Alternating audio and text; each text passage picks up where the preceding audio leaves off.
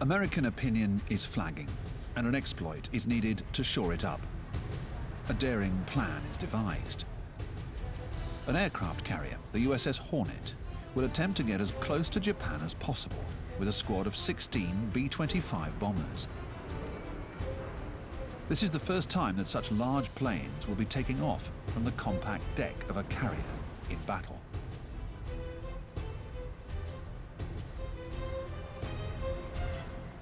The air crews are trained by Air Force Colonel Jimmy Doolittle, once a famous racing pilot. He will command the raid. The mission seems impossible. For the long flight over to Japan, these planes are too heavy in terms of bombs and fuel.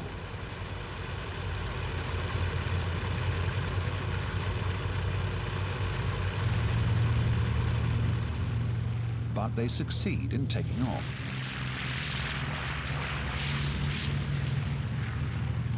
Their mission will be celebrated in a popular feature film, 30 Seconds Over Tokyo.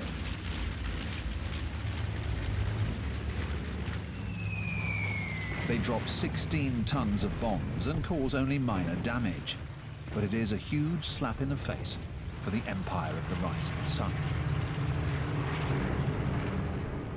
8 raiders went down in Japanese territory, and vengeance was fierce. Tried for war crimes, 3 were sentenced to death, and 5 received life in prison.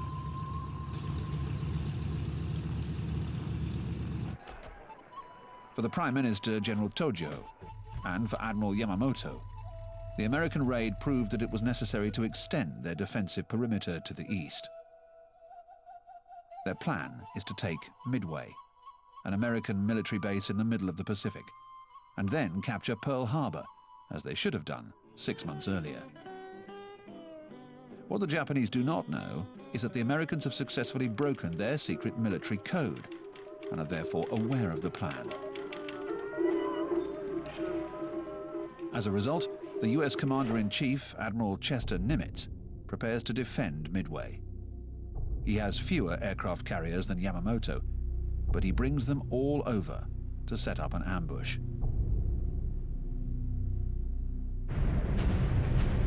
Admiral Yamamoto is on his way, at the head of the biggest armada ever put together. 200 battleships, and above all, an exceptional fleet of 8 aircraft carriers, transporting nearly 600 planes. On board are 5,000 Japanese Marines, and a painter who's come along to immortalize the battle, Fujita. In Paris, he was a famous Montparnasse artist. He has returned to Japan to do his duty.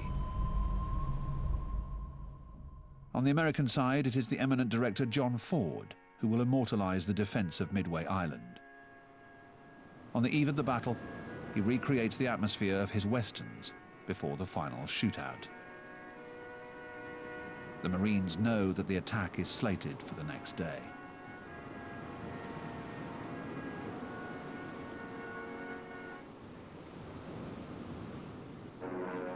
In the morning, Ford films the first Japanese attack, which devastates the American base.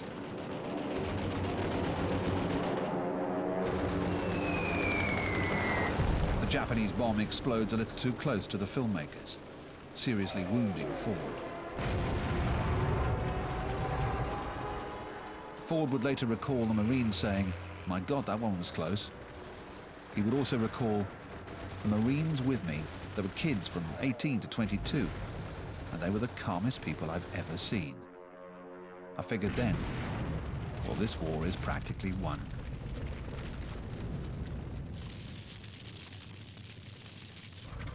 The pilots on board the US aircraft carriers are no older. They are barely out of college. They pose for John Ford's cameramen and then take off to attack the Japanese fleet.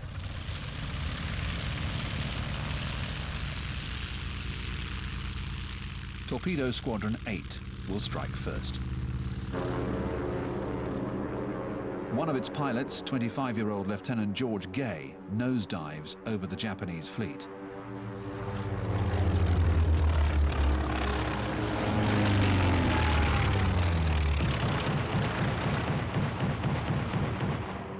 anti-aircraft guns on the Japanese aircraft carriers shoot down the American planes, one after the other.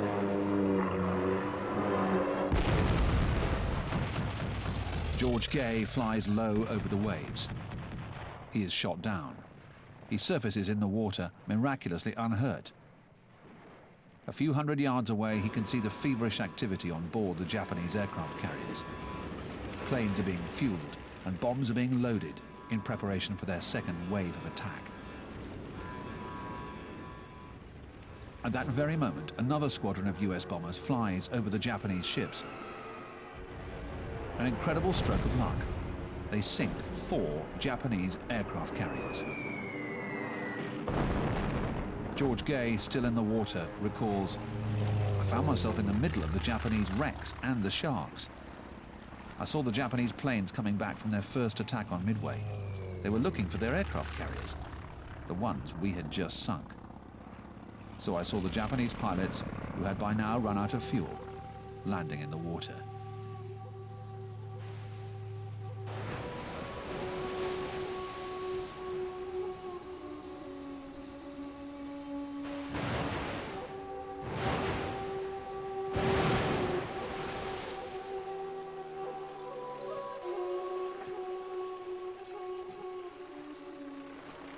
George Gay would be rescued by an American seaplane. He would go on to become an airline pilot. The US aircraft carrier Yorktown has been damaged by the Japanese. It tends to its wounds, counts the number of casualties, and attempts to return to its base. But the next day, it is torpedoed by the Japanese submarine I-168.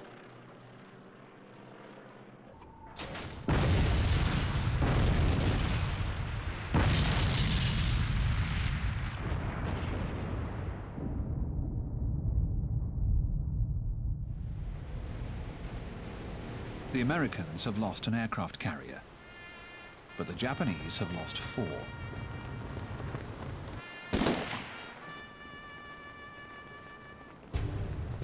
This is the first Japanese defeat, and it boosts the Allies' morale. It restores their confidence. But it doesn't seem to have weakened Japan. Thwarted at Midway, in the middle of the Pacific, it continues to advance south towards Australia. Darwin, the northernmost city in Australia, already bombed by the Japanese, is now preparing for an invasion, the country's first war.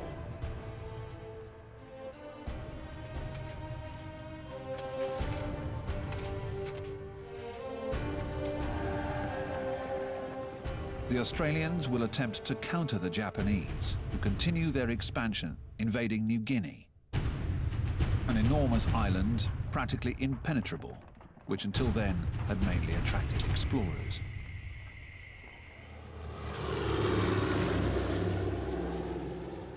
The Papuans will end up providing precious assistance to the Australians, who will fight a desperate war in New Guinea against the mosquitoes, the red ants, the leeches, the snakes, and attacks from the Japanese.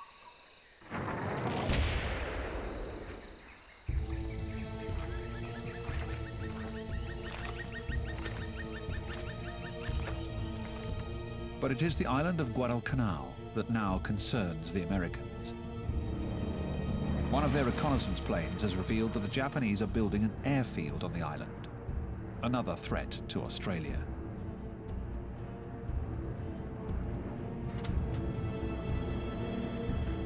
The Americans organize the first big landing of the war.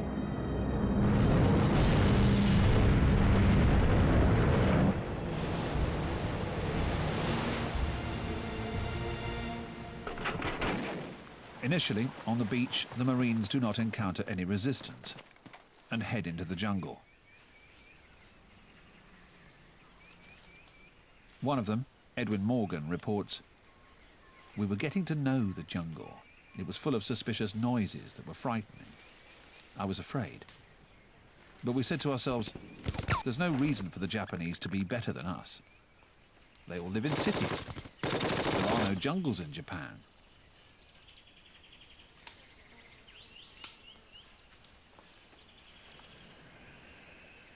The Marines are professionals, and the Japanese are diehards. The Japanese are so confident in their superiority that they charge with their bayonets, just as in World War I, in Verdun, against machine gun fire.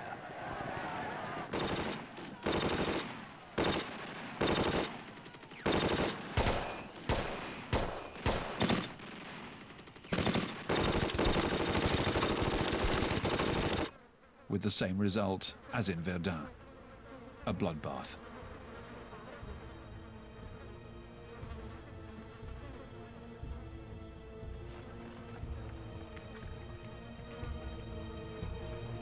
Japanese soldiers are killed in the Battle of Tenaru River.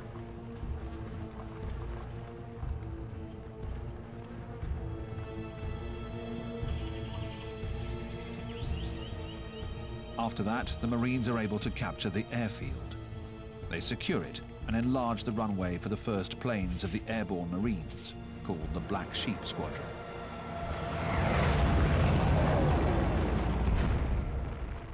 This airfield becomes the target of incessant shelling by the Japanese. At night, their cruisers glide up and down the coast and pound the bases with such regularity that the Marines call it the Tokyo Express. A naval battle is engaged to prevent reinforcements from landing. A Japanese elite regiment gets through.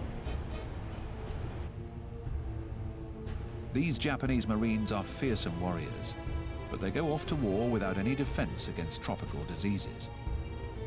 Malaria will kill many of them. Others will sacrifice themselves in keeping with the Bushido tradition.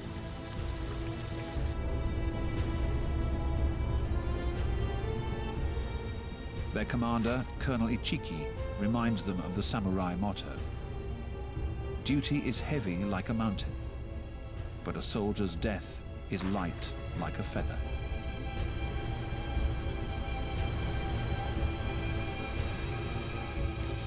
The battle for Guadalcanal is only just beginning. The fighting will last 6 months. A war of attrition.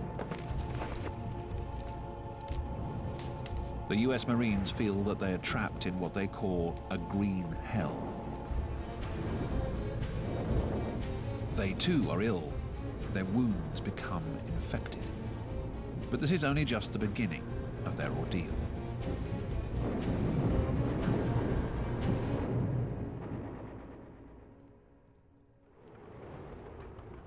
At that moment, the Red Army is going through its own ordeal. The Russians call it the Black Summer of 1942. The Germans have resumed their march eastwards and are taking prisoners again. Less than the previous year, however, because most of the time the Soviets have already taken off and left nothing but scorched earth behind them.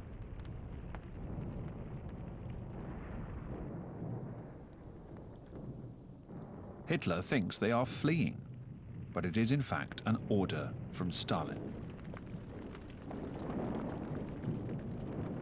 Yet for the Lancers, the soldiers of the Wehrmacht, a fierce battle has to be waged for every single town.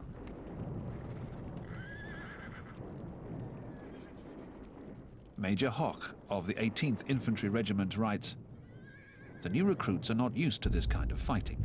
They soon get depressed, go crazy, and are struck down.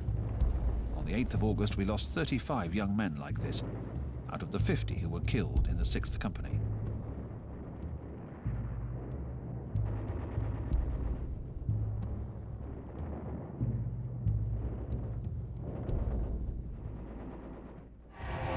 Into this quagmire, Hitler throws everything he has, some 10 million men. He estimates, however, that he still needs 800,000 more for this decisive campaign. His Romanian, Hungarian and Italian allies will provide the men, most of whom are forced to go and fight for him.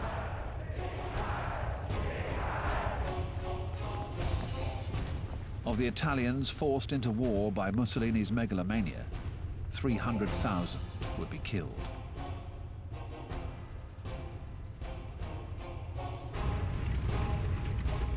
Hitler's goal is no longer Moscow. but southern Russia. He is planning a colossal pincer movement that will close up around the oil fields in the Caucasus, and with Rommel advancing through Egypt, those in the Middle East. His other goal is Stalingrad, Stalin's city and its factories. Hitler launches both offensives at the same time, which alarms his military commanders. As he did for Moscow the previous year, Hitler splits up his forces. A part of the Wehrmacht penetrates deep into the steppes. General von Kleist says, "In front of me, no enemies. Behind me, no reserves."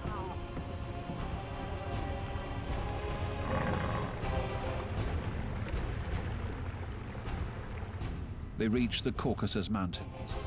They head for the Iranian border, which has recently become a supply route for American aid to the USSR.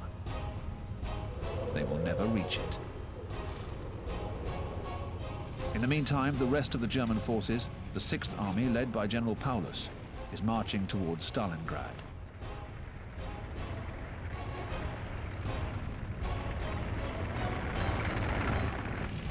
To try and stop the relentless advance of the German tanks, the Russians start using desperate means. Dogs. Up until now, the skins of these dogs were used to make boots. The Russians have hastily put together a method based on the work of the famous scientist Pavlov and his conditioned reflexes. The dogs are starved and trained to seek their food under a tracked vehicle.